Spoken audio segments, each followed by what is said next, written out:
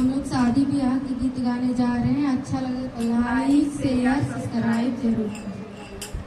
बाबा दुआरावा हो या मावा के पेड़ावा हो, आमा फारेला झोपेदार। बाबा दुआरावा हो या मावा के पेड़ावा हो, आमा फारेला झोपेदार। आमा फारेला झोपेदार। आमा तोड़े चलेली बेटी हो कवना बेटी, घमावा में गईली कुमिलाई। घमावा में गईली कुमिलाई। बेटी के सूरत देखी झाँक ले केवना पापा, आखिया से गिरे झर झर लोर। बेटी के सूरत देखी झाँक ले केवना पापा, आखिया से गिरे झर झर लोर। आखिया से गिरे झर झर लोर। ई दियावा माँ के कारा से बियाहवा, के कारा पर करा विश्वास। ई दियावा माँ के कारा से बियाहवा, के कारा पर करा विश्वास। घोड़ावा चढ़ल आइले दुल्हा कवना दुल्हा, ससुर जी से अरजा हमार। घोड़ावा चढ़ल आइले दुल्हा कवना दुल्हा, ससुर जी से अरजा हमार। ससुर जी से अरजा हमार।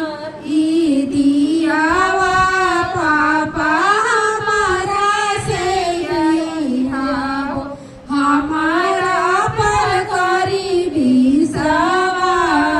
ई दियावा पापा हमारा से बियाहो, हमारा पर करी विश्वास।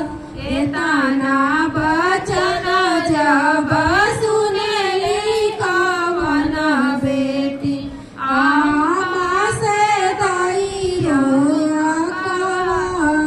एतना बचन जब सुनेली कवना बेटी, आमा से रोवे अकबर।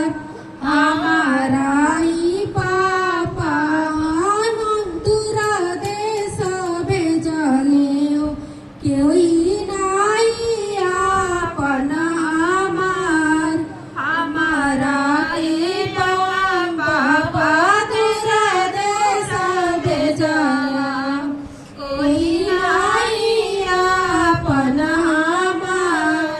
तोहरा लेखा सनाई कोई बाड़े आमा हो, के करा पर कर विश्वास।